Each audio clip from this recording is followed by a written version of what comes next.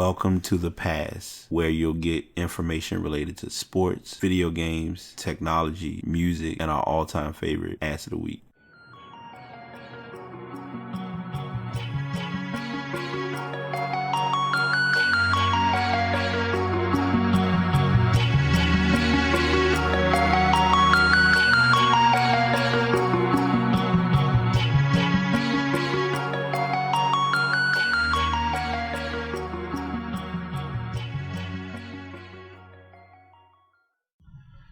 What's up? What's good? Episode 212 of The Past is here. I'm your host, BT. I'm going to go ahead and go over a couple house rules first, as always. I did state that I would be kind of taking a break until the end of the month on PEDS, so I'll talk about that, as well as some changes you're about to briefly see implemented. And it's not me following the suit of others. It's more about working on what's simple and what's convenient. I took a break on doing and I talked about this in the PEDS episode, or the end of PEDS, episode 211. So if you're wondering where or how this all generated, just go back and listen to that episode. That's why I had the picture of the cleaning solutions and all that stuff. But just posting this or sharing this first and foremost because I want to make sure I give my best effort, and I'm not going to do shows. I was initially going to kind of ride out the rest of September, but I figured there's no need to cut back on what I'm doing just because life is going the way it is. I mean, things aren't that bad as I'm making it seem. I'm going to be 100% honest. So there's that part. And number two, as you can see by the title, I'm going to kind of switch it up a little bit and not be so evident in what we're going to talk about. And you'll basically, I won't say be forced to listen to the show, but it'll give you a better content feel of what's being shared. So you'll see the images are not going to be me anymore, not because I'm not important to the show, because I am, but more so whatever the key or the biggest topic to talk about that week will be in the image. And I'll still have everything show note wise remain the same as far as links, information, things of that sort. So I'm not going to really go too heavy or too over the top with it, but as I share each week, or as I try to make you all aware or introduce into the flow, if you have any issues or need any help with potentially feeling like you may commit suicide, or you may need someone to reach out to, or counseling or assistance, something, just to not try to go through it alone. Or if you know someone who needs help, call 1-800-273-8255. There are other numbers online, but this is one that is quickly accessible that I was able to find through my research. So I wanted to make sure I did share that with everyone. Now I haven't done this in a while, so this is going to be a little bit of a refresher course for me, but I will be doing weekly picks. I will be doing my best to keep up with who I chose each week, and I'll give myself a pardon on week one, because I really didn't think about it until when I recorded.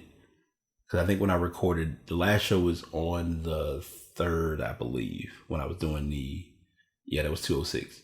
When I did that show, I was not really even thinking of the fact that week one of football was getting ready to start, other than giving my football predictions. But obviously we can't do yesterday's game, but as I was able to read online and kind of get an overall visual, Cincinnati was able to win against Baltimore. So we'll go ahead and get into the other matches for week 2. Carolina's playing Atlanta, and y'all know I'm going to be biased, but I'm going to be honest with most matches. Picking Carolina for that game. Indianapolis at Washington might be my surprise pick, but I'm going to pick the Colts. Houston at Tennessee, division matchup, going Houston. Philly at Tampa Bay. Actually going to pick Philly for that one. Kansas City at Pittsburgh, going Pittsburgh. Miami against the Jets. Jets played okay, but not the best, so I'm picking Miami. Chargers at Buffalo. Going Chargers as of right now. Minnesota at Green Bay. Early game, but I'm probably going to pin it as game of the week. Picking Green Bay. Cleveland at New Orleans. New Orleans, even with Cleveland having a tie in their matchup last week with Pittsburgh, which is still a shocker. Detroit at San Francisco. Going to go San Fran. I think they've learned from week 1. Arizona at the Rams. Picking the Rams on that one. The Patriots at Jacksonville. This will be a pretty heavy game with Ramsey going against Gronk, since there's been a lot of trash talking going on. But I'll still pick the Patriots. Oakland at Denver. Going Denver for that game. And the late night game, Giants at Dallas. Actually go pick Dallas to win that one despite them losing to Carolina last week. And on the Monday night game, Seattle at Chicago, I'll go ahead and go Chicago for that matchup. So those are the games I have for that week and for week 2. When week 3 comes and goes, which will be in a couple of days, I'll add more information and go more in depth with those picks and matchups.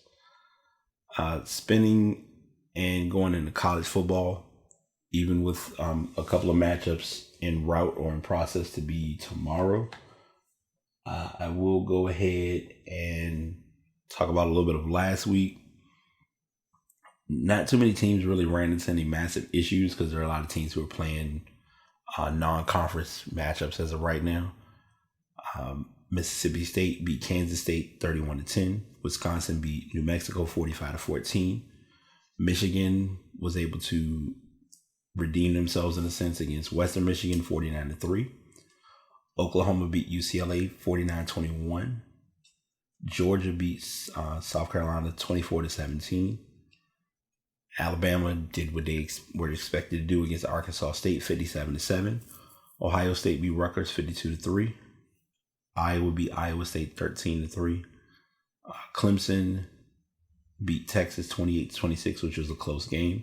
Might be something to look at as far as for playoff implications, which obviously is still early. Penn State demolished Pittsburgh 51-6. Stanford beat USC 17-3, and Arizona State beat Michigan State 15-13.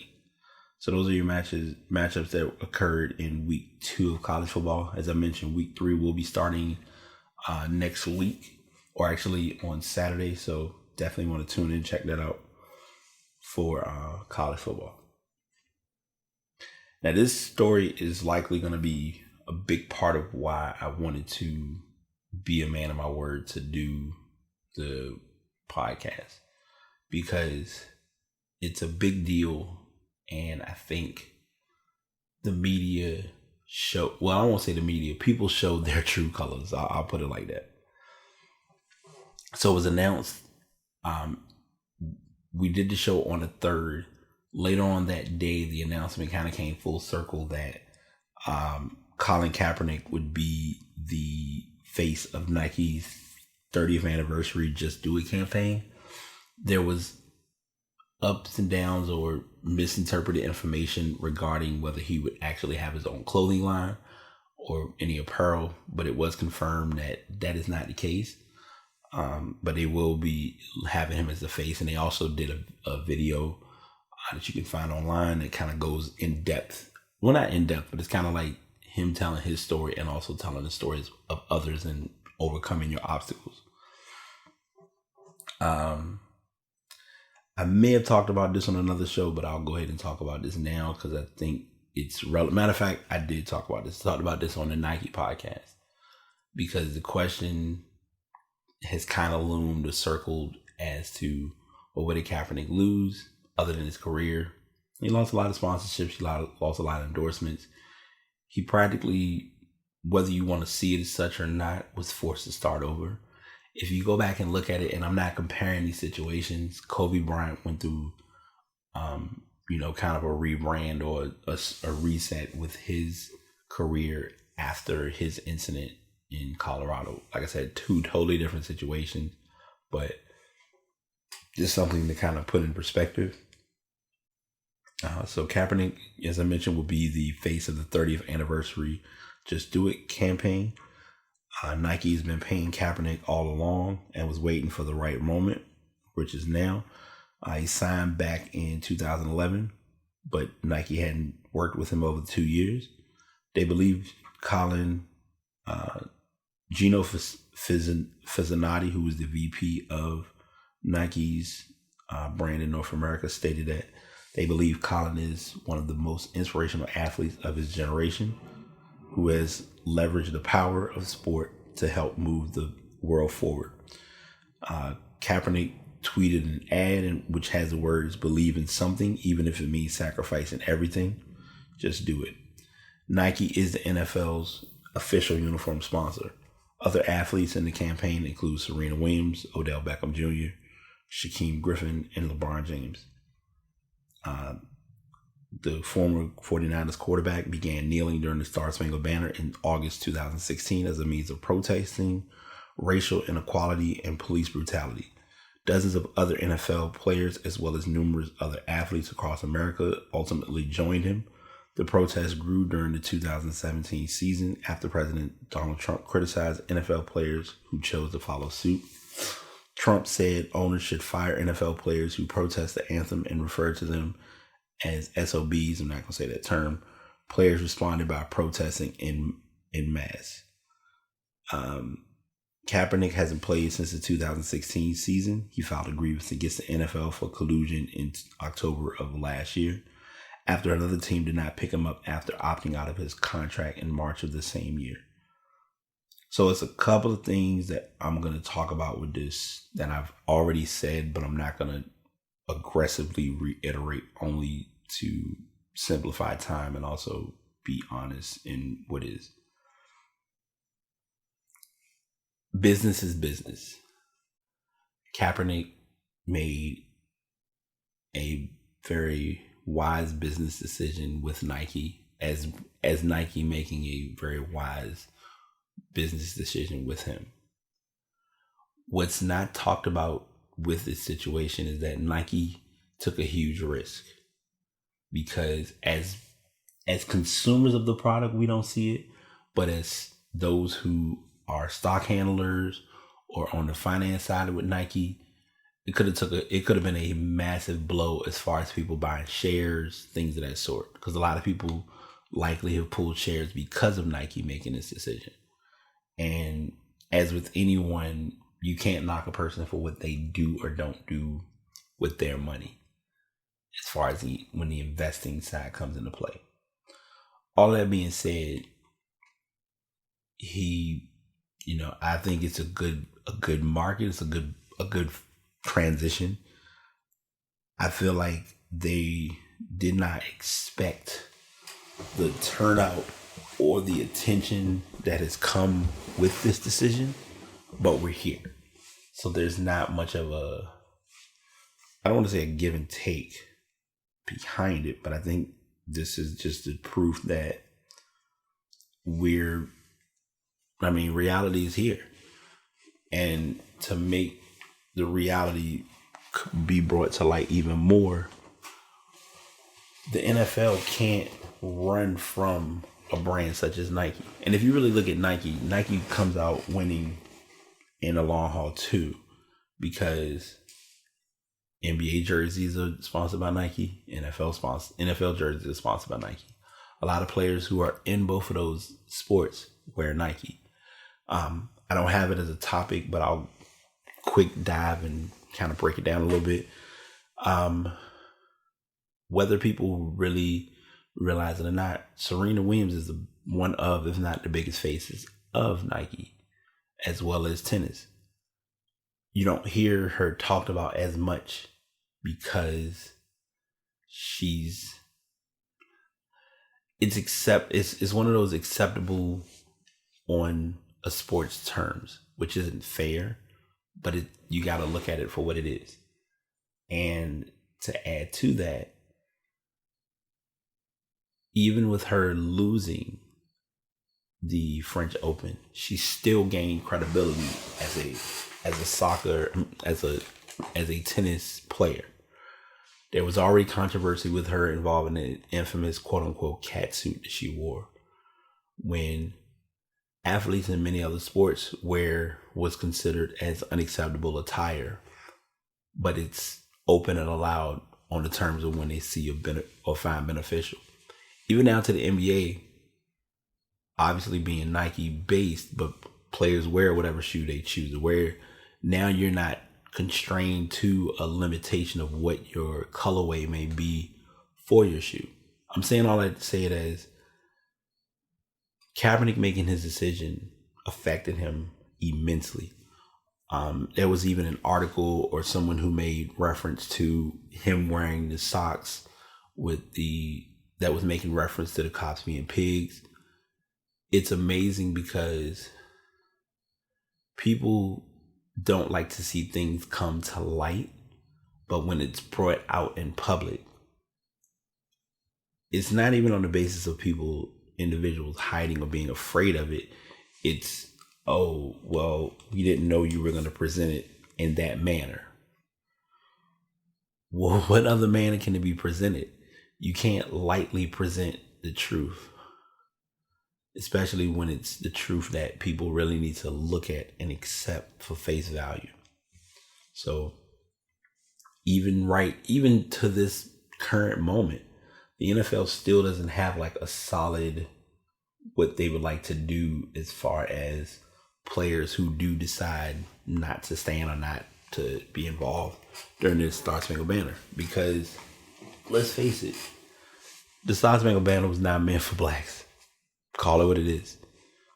You know, make light of it, lighten the mood, be transparent, fabricate it, do whatever you want, but you gotta accept what you're seeing or what is accepted as is.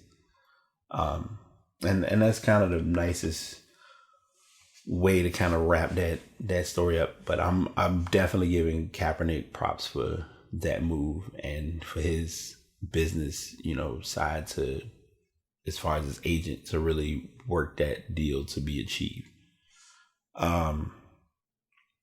Rick Pitino going into college basketball. Pitino has decided he is no longer wanting to coach, which personally, I don't see it as an issue. I think it's time. I think we all know no one's really quote unquote surprised when the situation went down with Louisville. You kind of saw it coming. In an article that I have from ESPN, they kind of go into a little bit of his story, which he wrote a book, which is titled Pitino, My Story. And he stated that his coaching career is probably finished. It's been a year since the FBI investigation into college basketball that led to his termination. He was unaware that he still is sticking to the idea that Adidas had allegedly paid $100,000 to Brian Bauer's family in order for him to go to Louisville. Before I continue the story, because I just find it's just interesting to see everything come full circle. When Brian Bauer was looking at schools, and I tell this story because it's so valid, he really didn't have a concrete visual of where he wanted to go. And what kind of was a big shocker is that at no point was Louisville on his radar. So for Louisville to come into play and suddenly be hey, this is a school I want to go to, it was a little surprising. But when you have money involved and when you have a business-based factor such as Adidas, then there's no surprise. Pitino went on to state that he did take a lie detector test, which he passed. He's claiming. He's quoted as saying during the interview, "I passed saying I knew nothing about any money given to anybody. I knew nothing about Adidas doing anything. He also said he was unaware that Andre McGee was holding parties in his dorm where he provided strippers for players and recruits. Pitino was then asked if he accepts that the buck stops with the coach when the program has problems. The fact that I'm not coaching, the love of my life, outside of my family, the fact that I lost basketball, eat, sleep, and drink from 5:30 in the morning until late at night. I eat, drink, and sleep the game. That's my penalty. The buck did stop with me. I'm out of work. He won 2 championships as a coach, one in 96 with Kentucky and again in 2013 with Louisville. They've since vacated that championship. He's a Hall of Famer who also coached at Boston U and Providence, as well as with the Celtics and the Knicks. He's not looking to return to the NBA as well.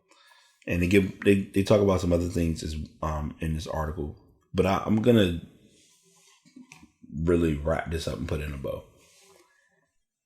Pitino really didn't want to, but was forced to be accountable for what happened. And I'm not justifying it. I'm not clarifying it. That's not what I'm here for. But I am here to put truth to place. Meaning, if you did it, there's no need fronting about it. Especially with the era that we're in, with there's not much that you can hide to get past people. With this situation, there's no exception. Whether you wanted it to be known or whether you thought no one was going to pick up on it, it's not. I mean, you really got to do some clean cut hiding to not get this to be noticeable. So, in the end, it went the way it did. Is it a bad situation? I mean, you can be the judge of that, but you gotta be able to be accountable for what has or has not happened. And that's just the reality of it all. Going into a bit of an odd direction with sports, we're going to talk about hockey. We're going to talk about hockey from a very unique perspective. If anyone knows if you go back and look at winners of the Stanley Cup, there's a tradition where anytime the team wins the Stanley Cup, they travel with the Stanley Cup. Like first thing, the night that the team wins the Stanley Cup, everyone typically gets the trophy and they do a lap with the actual trophy itself.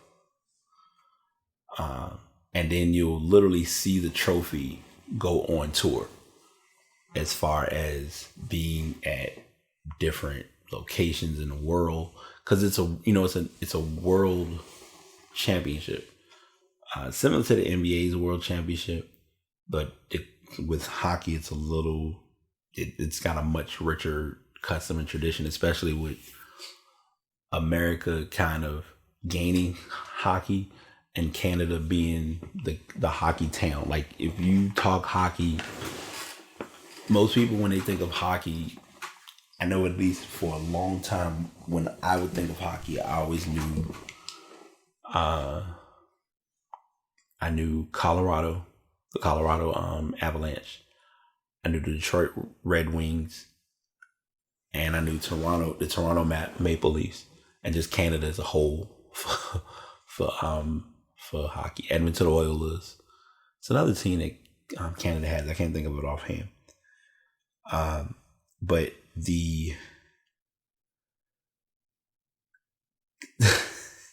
and this could have been an ass of the week, but I really didn't see a need of making it as such, because it was not really an expected story to really be talking about until it kind of crossed my timeline.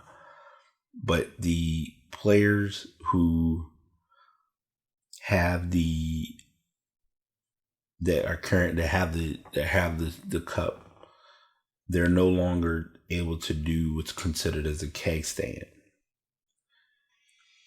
So if you go back on Jimmy Fallon's show, Alex Ovechkin, Braden Holtby, and Mike Smith all celebrated by having Jimmy Fallon be flipped upside down and provided with what's considered to be a keg stand, where they put beer in the actual cup itself, and he would have to drink it, but they were holding him to do so.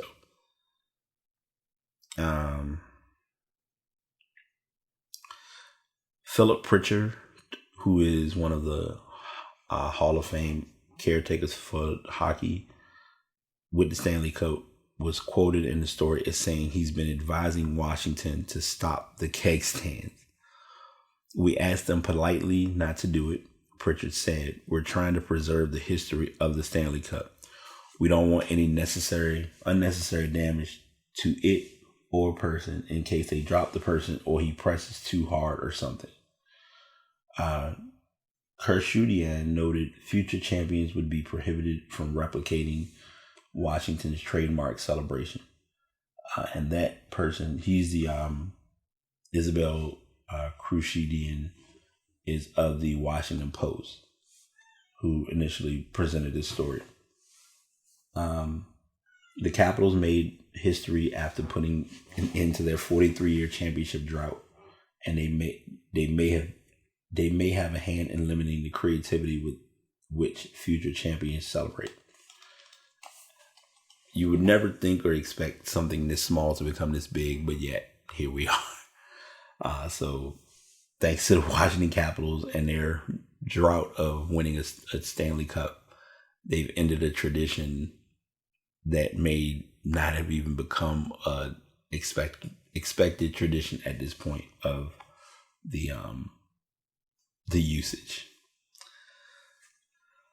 All right, so this is as I always call it, the segue where we go from sports into stuff. If you were here for sports, I appreciate you. We're gonna chop into a little bit of the things going on in the stuff world, tech world, music world, gaming world, things of that nature. And I'll go ahead and tell you in advance, this week there will not be an ass of the week. There are some very horrendous stories that I'm going to share for passes of the week, and we'll get into that later. So I'll still be doing music sesh, but I have a bit of a music update because the game is soon to release. The demo just released a couple of days ago for FIFA 19, and they did go ahead and introduce the soundtrack for FIFA 19. Some of the artists who will be on this year's FIFA 19, well, first there will be 43 tracks. Some of the artists that are listed: Childish Gambino, Gorillaz, also Labyrinth, Sia, and Diplo. They did bring in the song "Feels Like Summer." If you have not seen the video for "Feels Like Summer" by Childish Gambino, definitely check that out. It's, as with FIFA's main objective is all about being global. So they have a lot of your household names with up and coming, lesser known artists. They did include the Def Cab for Cutie, which with their feature track Gold Rush. If you have not listened to Def Cab for Cutie, check them out. I did share their music a couple of days ago, but it's something definitely worth checking out. LSD, I mentioned them earlier. The playlist for, and I'm unique promoing, their playlist is actually on Spotify. So if you want to listen to that playlist, you can listen to it. If you're on my Spotify, I think it's on my personal page, but it should be on my podcast page. The actual playlist itself for FIFA 19 is available. If I don't have it, then I'll definitely put that into the mix, which I did not have. But yeah, I can definitely make that shareable to everyone. So yeah, that's what I have for FIFA 19, which I think is I've seen a couple of gameplays of it, but I haven't actually fully seen the game played in its entirety as of yet. Sticking with gaming. Well, I'll make this discussion too with gaming because it's on currently.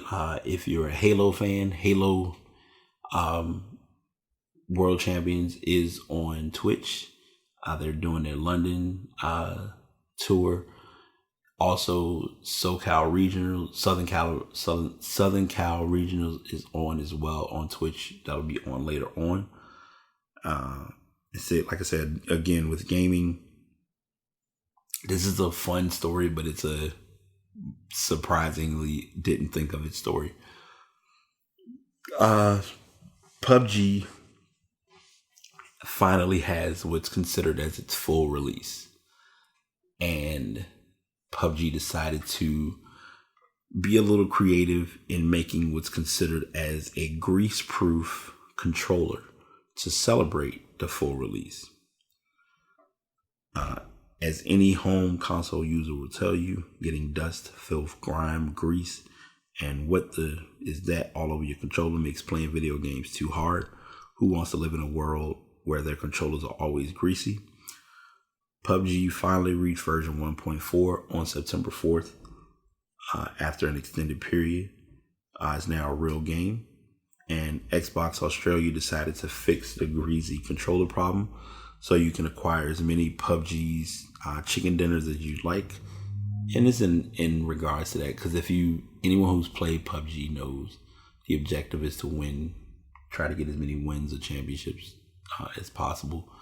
And the way of pulling that off is by doing what's known as, they call it winner chicken dinner. So they decided to make a controller specifically for that. The controller has been designed in conjunction with Colorware, and let's see, the controller has been coated in what's described as urethane. The urethane coating they refer to as polyurethane, the material that makes up plastic, sponges, and sealants, and not the urethane used as an animal anesthetic. We're told it will keep your controller grease, sauce, or seasoning free. However, although it may be resilient to delicious chicken dinners, the disclaimer does suggest it isn't waterproof or water resistant. The big catch behind it is they're really limited and you cannot buy them in the store. There are only 200 of these controllers available, and they're being shipped around the world. In Australia, only 10 will be distributed. Other territories are likely to follow suit, but as of yet, they're not sure of giving any more in-depth details. And it's kind of mainly the overall story with the grease-proof, chicken-appropriate PUBG controller. So that's the best I can give you on that one. Anyone who has gone to 7-Eleven in the past couple of years may get some finer things or finer news. I'm here to tell y'all, and I'm saying this only because it's been my go-to. I personally am not a big fan of carrying a wallet if I don't have to. Now, granted, if you have your ID, that's one thing, but carrying your actual debit card, I'm to that point where I really don't even want to carry that. Like most people, naturally, even myself included, not the biggest fans of carrying cash. Cool. Okay. No problem. But the other side of it is when you're not carrying cash, or when you're carrying your card or carrying money, you want to have a way to be able to make payments or make purchases. At my place of work, majority of the businesses there do accept Apple Pay, Samsung Pay, Google Pay, whatever. Well, now 7-Eleven has joined ship and they're allowing you to buy items using Apple Pay and Google Pay, which is, as I guess the nicest way of putting it, or the simple way of looking at it, is we're in the tap to pay era. After years of holding out, they finally embraced tap to pay. They followed through on earlier teasers by supporting Apple Pay and Google Pay at its stores. It's a simple addition, but it marks the end to a long saga. And that's kind of the quickest storyline I've given for Apple Pay. And if you are using Apple Pay or using Google Pay, you can now make purchases at 7-Eleven. All right. So I think I have one other story. Well, this might be the last story. Okay. So I have this story, and then we'll get into our passes of the week, and we'll kind of just close out. So, and this story is kind of the reason why I wanted to do the podcast, because I don't like to leave information on the table that I feel could be helpful to address while it's on the table, if that makes sense. If you are an Apple fan, you're welcome to listen. But if you are a sensitive Apple fan, I would recommend to turn off the podcast for about 10 minutes, maybe longer. I don't know. But I'm going to share something, and I'm going to be me about what I'm about to share. The keynote for Apple was on Wednesday, and I have a lot of thoughts, and I'm not going to be non-biased in what I'm about to share. Everyone knows whenever Apple does new things, it's always the constant. They're going a new direction. Take it for what it is, accept it, roll with it, whatever. There's no problem with any business going in a new direction. The tough part is when selling or making a product to be available, cost efficiency or availability is very, very key, whether people realize it or not. Everyone made a big to-do last year about the iPhone X.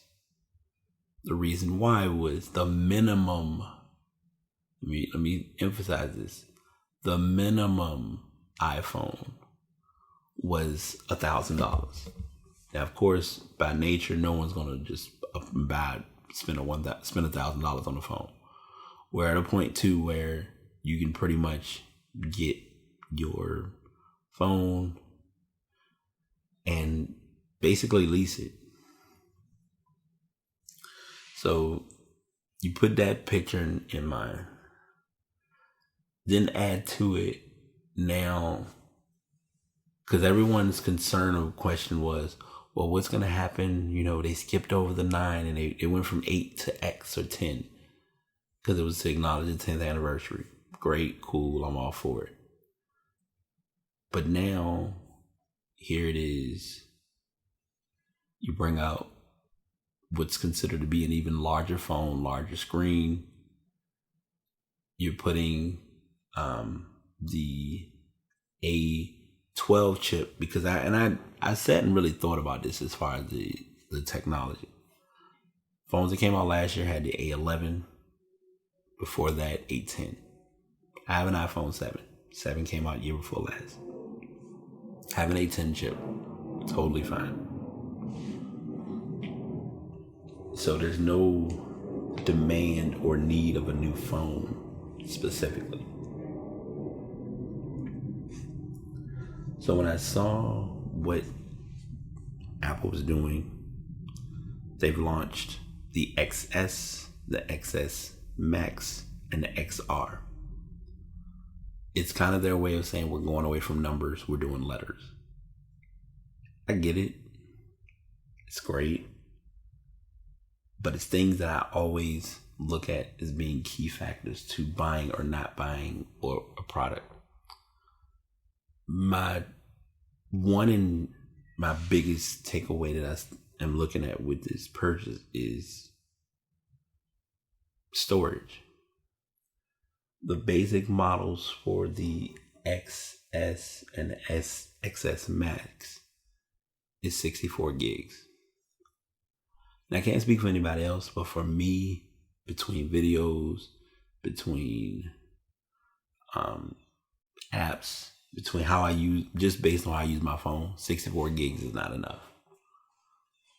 The XR is kind of like the new end 5C. When they brought out the iPhone 5C, they had the different colors, but it's a higher resolution screen.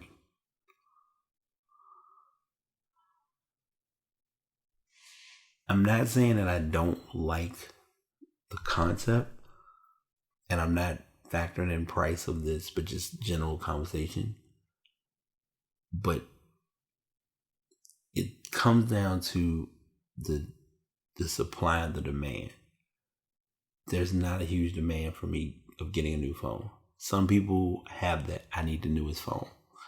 And to those who have that mindset, I respect it. I personally I'm not there. I don't see a reason or a need to get another phone. All of that being said, the phones look nice. And I'm primarily on the phone side. I haven't even talked about the watch. The watches, well, they're bringing out the Series 4, which we saw that coming.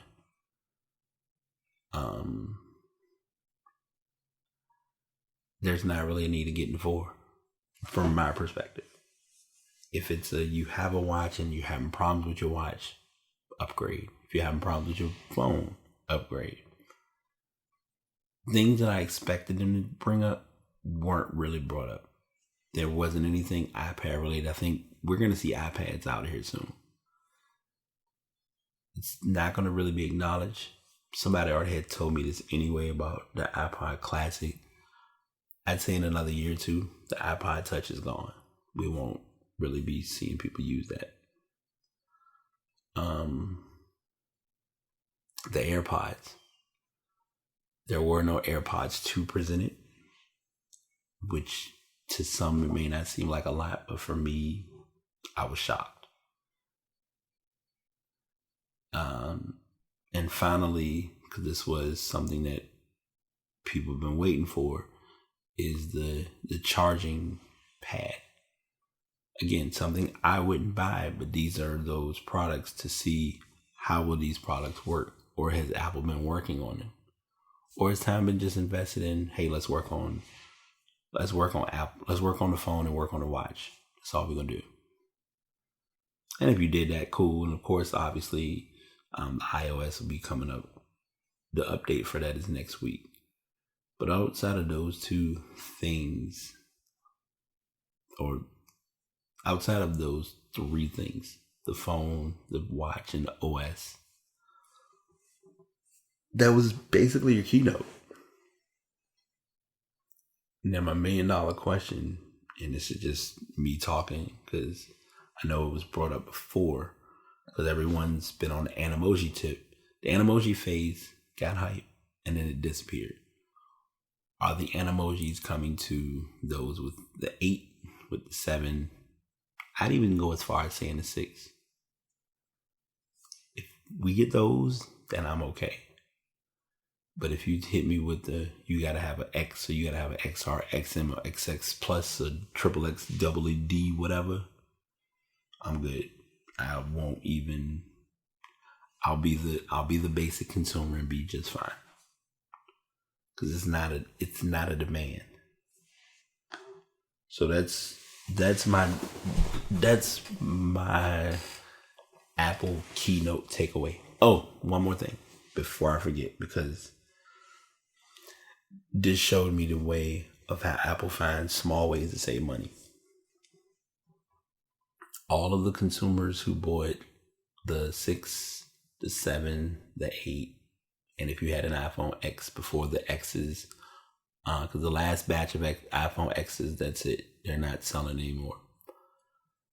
It came with a little adapter that a lot of people don't like because it makes your phone look like you got something bulky or extra on it. I get it. But the dongle is no longer going to be available with the newer phones, which kind of minimizes the option to those who do want to use that adapter if they're hooking up like a headphone or whatever. Because now you're telling me in order for me to use that, I got to pay $10 to get that adapter. That's another way or another source of Apple making money. And I always spin it back to this because y'all know I'm a stickler for believing in it and nothing's going to make me see otherwise. It's a business. But in this case, it's truly a business because it's not to say that Apple didn't work on anything during this part of the phone craze, but I don't think they really pushed to make a massive effort on working on anything. They didn't feel like they had to, because they just when you're playing the role of looking at it as, hey, we're Apple, we're going to do what we want. That's not a sale. That's not a selling point for me. So that was my condensed, probably 20-minute hot take from the Apple keynote that I was able to gather between reading articles and just kind of the snippets that I was able to watch. So that's what I have for that. Before we get into our tragic side of social media, the stories that I really don't want to get into, I will go over some music sesh a little bit. Today is Friday, coincidentally. I've already listened, because I listened to Kamikaze. I've shared that already with you all. For albums, new releases, I started listening to David Guetta. I like it so far. Looks like Wale's worked on another project, which I'll be listening to share more thoughts on next week. Let's see. Jungle. There's a couple new albums that are out. Looks like Sierra has her new single out, Dose. I'm trying to think what new stuff. Tamia, I started to listen to. I haven't fully listened to it yet, so I still have that in queue. Lenny Kravitz, I started to listen to, and I actually like it so far. Looks like this week is today's okay. So this week, over the past couple of days, there have been quite a few songs that have dropped. So I'll be working on that listen flow for a while to just kind of get into the new listen wave to call it without calling it. First story I'm going to share, and I'm not going to give this, I'm going to give this story attention, but I'm going to just, it's tough because I try to avoid politics with stories, but also try to bring light to things that go on, even if we don't want to acknowledge it. And police brutality is not minor. I talked about everything with Colin Kaepernick, but with this story, this is no exception.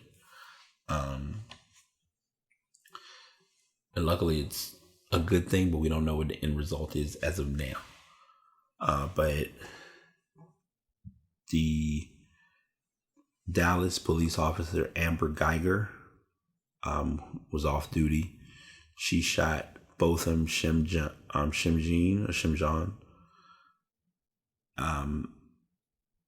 because she had mistakenly thought his apartment was hers, and so she opened fire. Well, they did arrest her in that shooting death. And Amber Geiger was off duty when she shot John, a black man, after mistakenly entering his apartment. Amber's white, by the way. Entering his apartment at the complex where she also lived. Jean was a native of St. Lucia who worked for Prince Waterhouse Coopers in Dallas. He died at the hospital. Geiger, who's 30, of Dallas, was charged with manslaughter, according to jail records. The 4-year veteran of the department was released from the Kaufman County Jail on Sunday evening after posting a $300,000 bond. It wasn't immediately clear if Geiger had an attorney.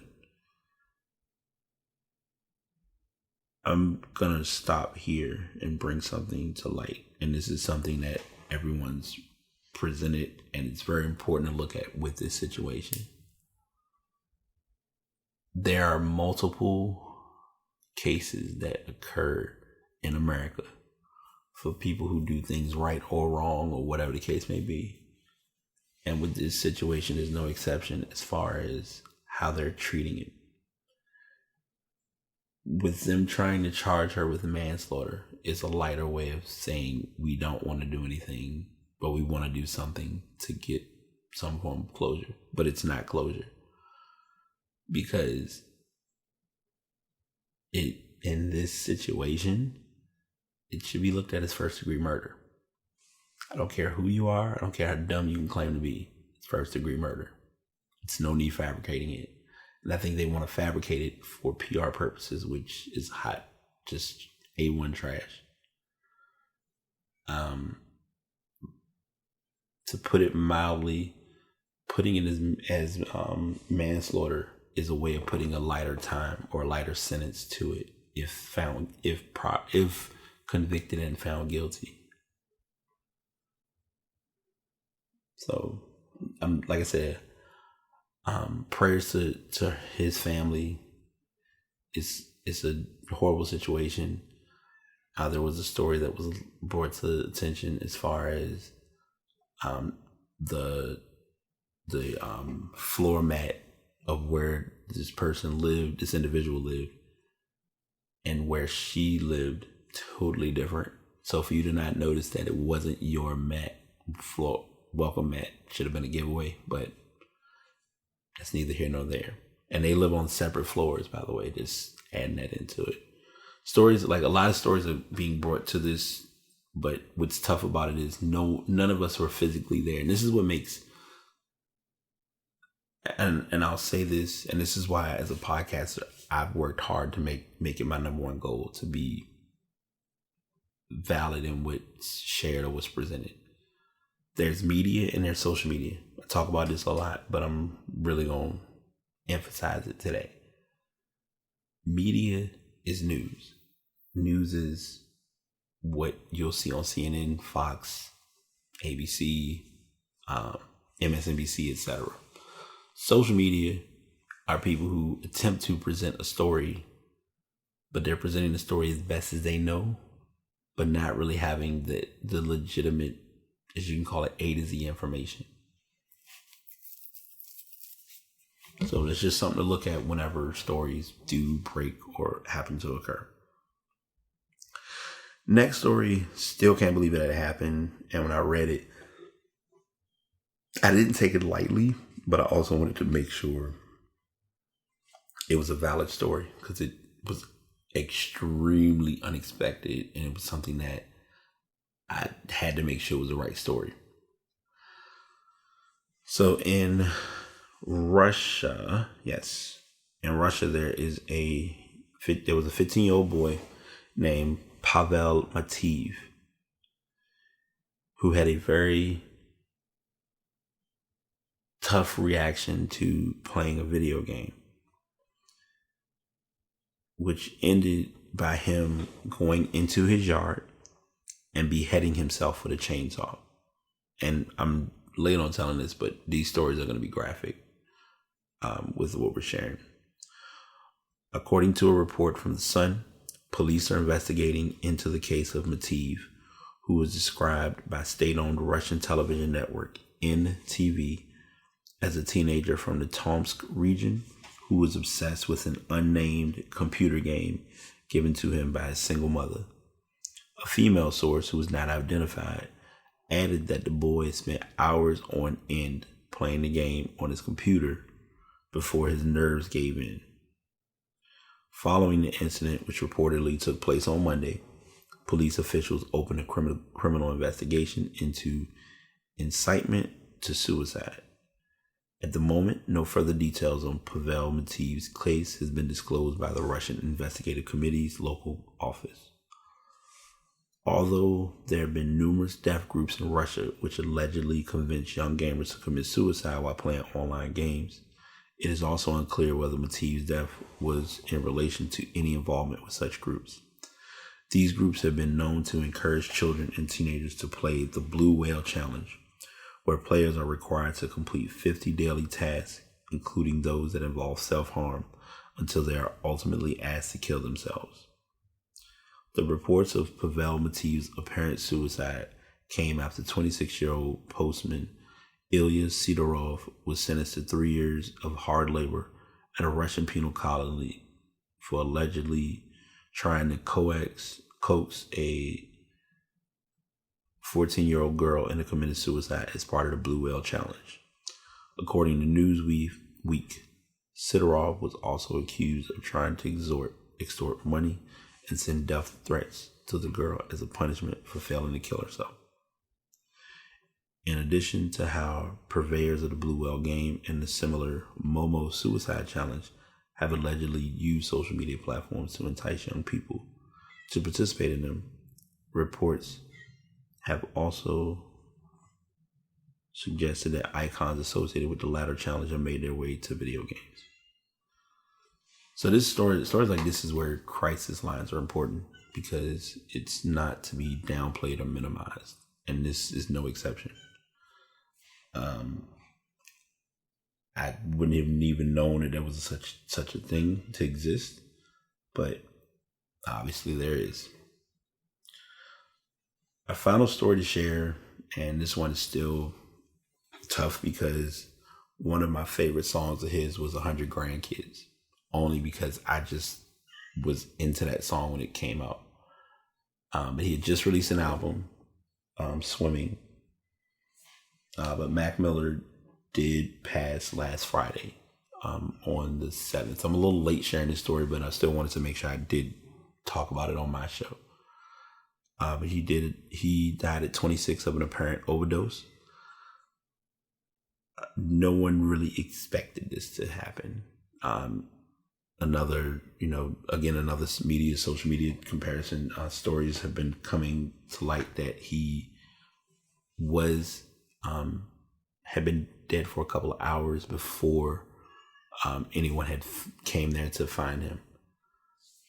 But he was indeed pronounced dead at 11:51 a.m. at his Studio City, California home. There really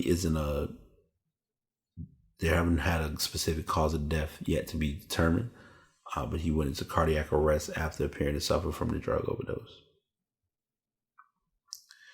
His real name is Malcolm McCormick. He was a bright light in this world for his family, friends, and fans.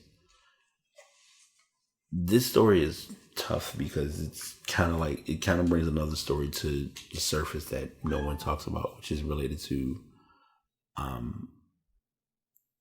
that when you hit that point of taking drugs that you just should not be involved with. So I will say this to those who have lost loved ones or those who have experienced this type of an occurrence. Prayers and condolences to all of you. And I just want to make those people aware of what's going on out here. Continue to listen to the show. These shows are uploaded on Spotify, Spreaker, and also the microphone being used is the Blue Yeti microphone. As always, this is The Pass signing out. Y'all take it easy. Thanks for tuning in. If you'd like to get any information specifically based on the shows, you can go to Spreaker.com/BriTapePodcast or go to www.passpodcast.com. On both of those options, you do have the information related to what topics were talked about, the timestamps for the episode, as well as the specific links related to that specific story. Thanks for tuning in. Until next time, The Pass signing out. でもそんなんじゃダメ、もうそんなんじゃ